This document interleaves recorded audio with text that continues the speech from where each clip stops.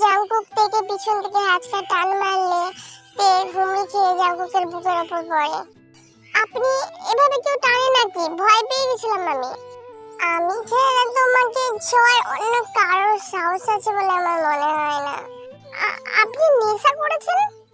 Jungkook কথা বলতে তে অ্যালকোহলের সুবাস পেল জাংকুকের মুখ থেকে।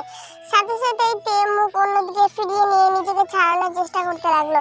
জাংকুক তেকে আরো শক্তভাবে ধরে বলছে, তে প্লিজ আর আমাকে দূরে সরিয়ে রেখো না। আমি আর পারছি না তোমার থেকে দূরে থাকতে। I really love you. Jungkook please আপনি এখন আমাকে ছাড়ুন। এখন আপনি হুঁশে নেই। আমি হুঁশে আছি তে। লাভ ইউ তে। প্লিজ একটাবার আমার কথাটা শোনো। জাংকুক তের মুখ নিজের দিকে ঘুরিয়ে নিয়ে জাংকুকের কপালের সাথে তের কপাল ঠেকিয়ে বলল, আমি জানি তে আমি ভুল করেছি, বাট সেই একটা রাতের জন্য তুমি আর কতদিন আমাকে শাস্তি দেবে বলো? লিজার ব্যাপারটাও তো তুমি সব জানো এখন। সত্যি বলছি, আমি তুমি ছাড়া আমার লাইফে আগে কেউ আসেনি, আর না পরে আসবে। আমি তোমার সাথে আমার হোল লাইফ স্পেন্ড করতে চাই। একটা চান্স দাও প্লিজ। জাংকুক হঠাৎ করে তের মুখের দিকে এগিয়ে আসলে তে বুঝতে পারে জাংকুক কি চাইছে। সাথে সাথে চোখ বুজে নিলে কেন যেন তের দম বন্ধ হয়ে আসে।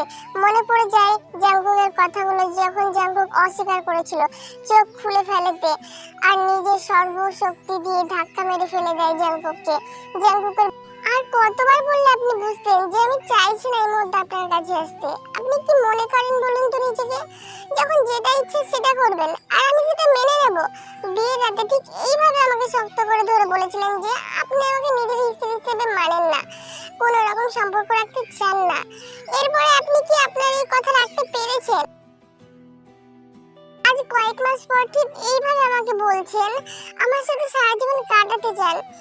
কি সিউরিটি আছে যে আপনি এই কথার দাম দেবেন? কিভাবে বিশ্বাস করব যে আপনি আবার বদলে যাবেন না? কিভাবে বিশ্বাস করব আপনাকে বলতে পারেন? জাংকুকে চোখ দিয়ে টপ টপ করে জল পড়তে দেখলে তে চুপ করে যায়। আমি কি একটু বেশি বলে ফেললাম? যখনই আমি ওনাকে মেনে নেব ভাবছি তখন এই প্রশ্নগুলো যে আমার মনে বারবার ঘুরপাক খাচ্ছে। কিন্তু এভাবে বলাটা ঠিক হলো না। আমি তো ভালোভাবেও বলতে পারতাম।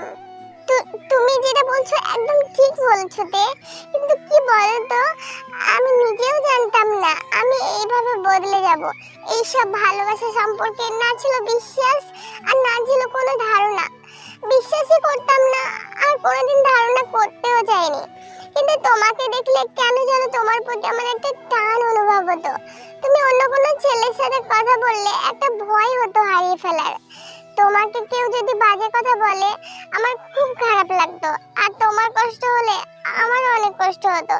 এই অনুভূতিগুলোর কারণ আমি বুঝতেই পারছিলাম না। তখন সুগা বলল, এটাই নাকি ভালোবাসা। জানি না কিভাবে কি হয়ে গেছে, ভুল হয়ে গেছে আমার। সরি, সবকিছুর জন্য সরি। পারলে ক্ষমা করে দাও।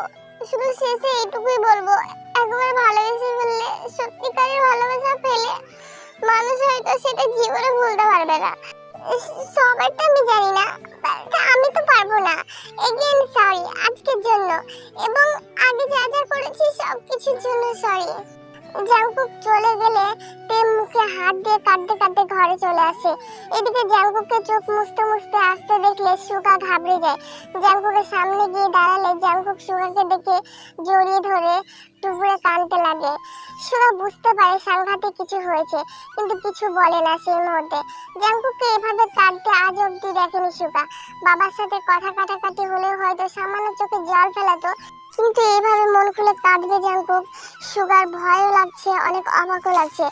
জাংকুক কিছুক্ষণ পর সরে এসে অন্যদিকে ঘুরে বলল, আমাকে কিছুক্ষণের জন্য একা ছেড়ে দে। কথাটা বলে জাংকুক বেরিয়ে গেল গেস্ট রুম থেকে। গেস্ট রুম থেকে বেরিয়ে রোডে উঠে গেল সোজা।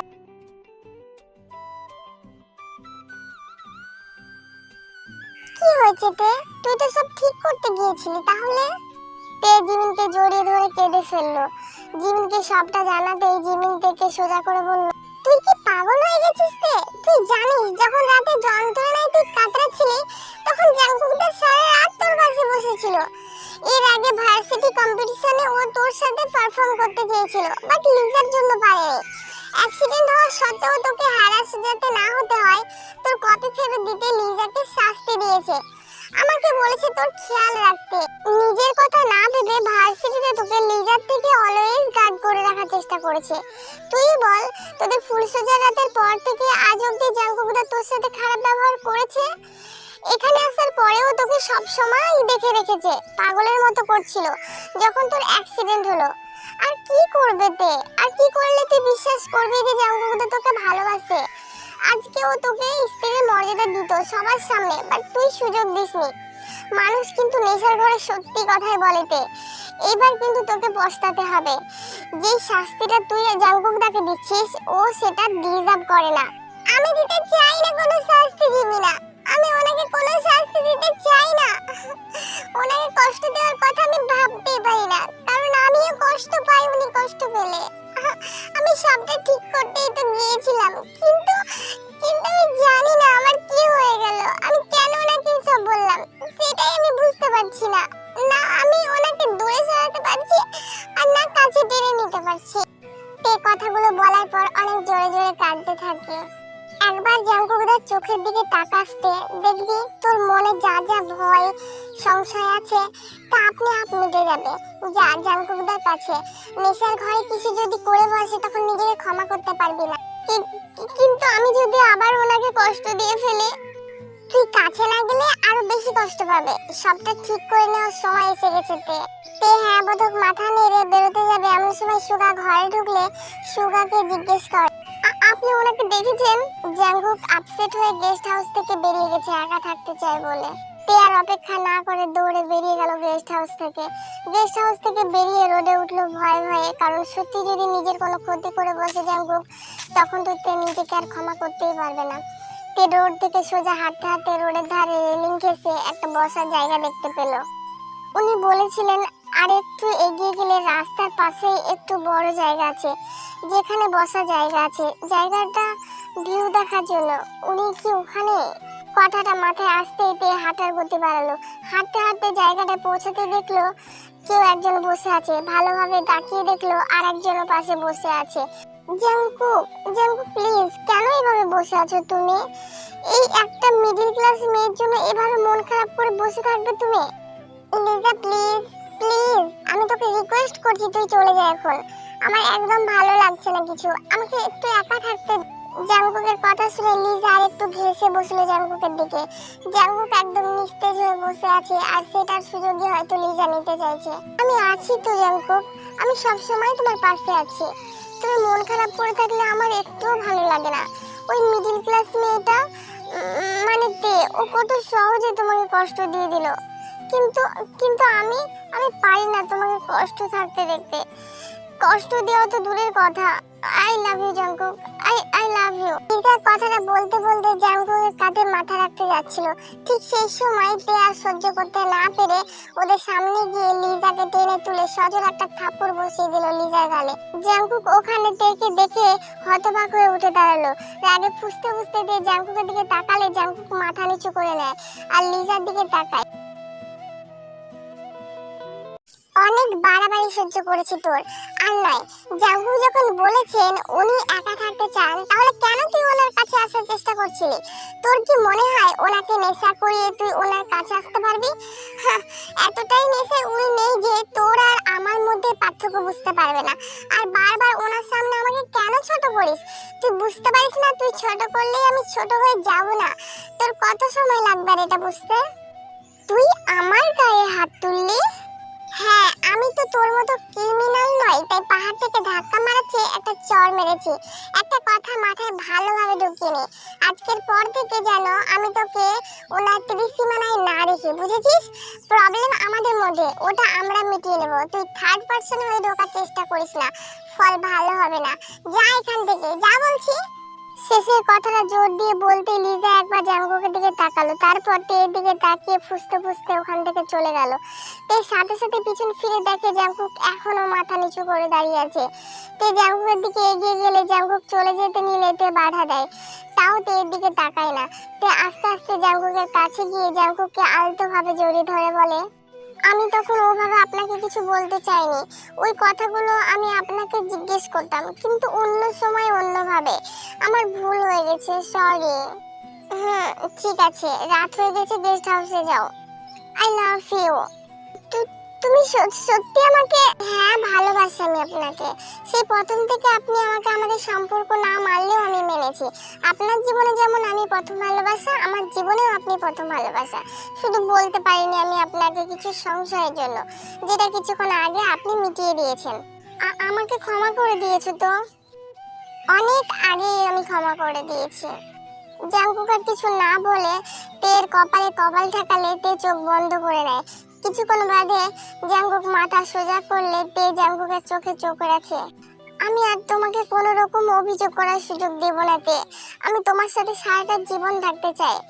পারবো না তোমাকে ছাড়া থাকতে। প্লিজ যেও না আমাকে ছেড়ে। আমিও আপনার সাথে সারা জীবন থাকতে চাই। কোথাও যাব না আমি আপনাকে ছেড়ে। তে জাঙ্কুকের চোখে তের জন্য স্পষ্ট ভালোবাসা দেখতে পাচ্ছে।